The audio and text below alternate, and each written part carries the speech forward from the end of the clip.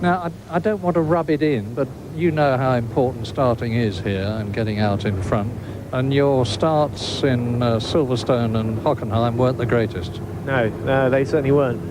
But I've got an added problem here in that I'm now on the dirty part of the track, and this circuit is notoriously dusty and dirty, and the part of the track that I'm on for the start is used hardly at all during the running. So I've got an even more difficult task of getting off the line now. Well, here's a bit of encouragement or discouragement for you. Nigel Mansell started from 12th on the grid in 1989 and won the race. Thierry Boutsen started from pole and won the race. Yeah, right. So I think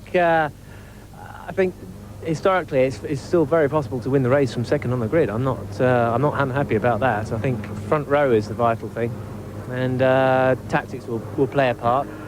I think if I was 12th on the grid, I wouldn't feel quite so optimistic, but I'm not. So yeah, it's a good place.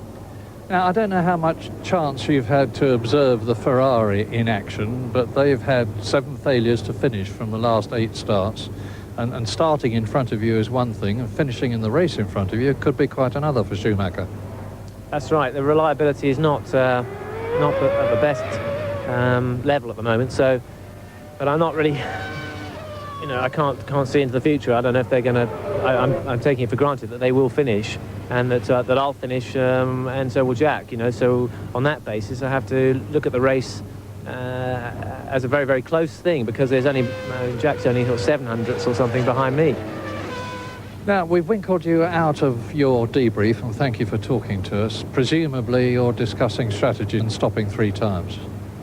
I think three times is highly likely, but 2 stops is not out of the question. But this place goes through tyres quite heavily, and I think, in all honesty, last year we used three stops, 4 sets of tyres, and that's the most likely scenario at the moment. Now, you're starting and racing on the softest compound tyre of all. There's an awful lot of sand here. If you get sand in the rubber, how much does it affect grip and handling of the car? Well, if you only go half a car's width rather, offline, then you've got dirt on your tyres, and you just drop back about 2 seconds for half a lap. You just can't get any grip back. And it's that makes getting through back markers a difficult thing, because if you go offline, you get dirt on your tyres and then you go slower. So it's a tricky place here to tackle. Now, you're 21 points ahead in the championship, but there are still 50 points to be won. Does that make you relaxed, calm, on edge, worried, petrified?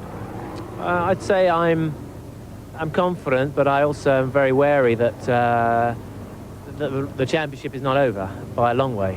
There's still some serious racing to be done, and some very close competition between now and the end of the season. I'm not resting on any laurels. Now, the ridiculous rumours persist. Do you let that get at you at all? No, I'd be interested to hear what you've heard, but I mean, there's this time of year there's all sorts of interest, and my concentration though is entirely on winning races. I'm not really thinking too much about next year.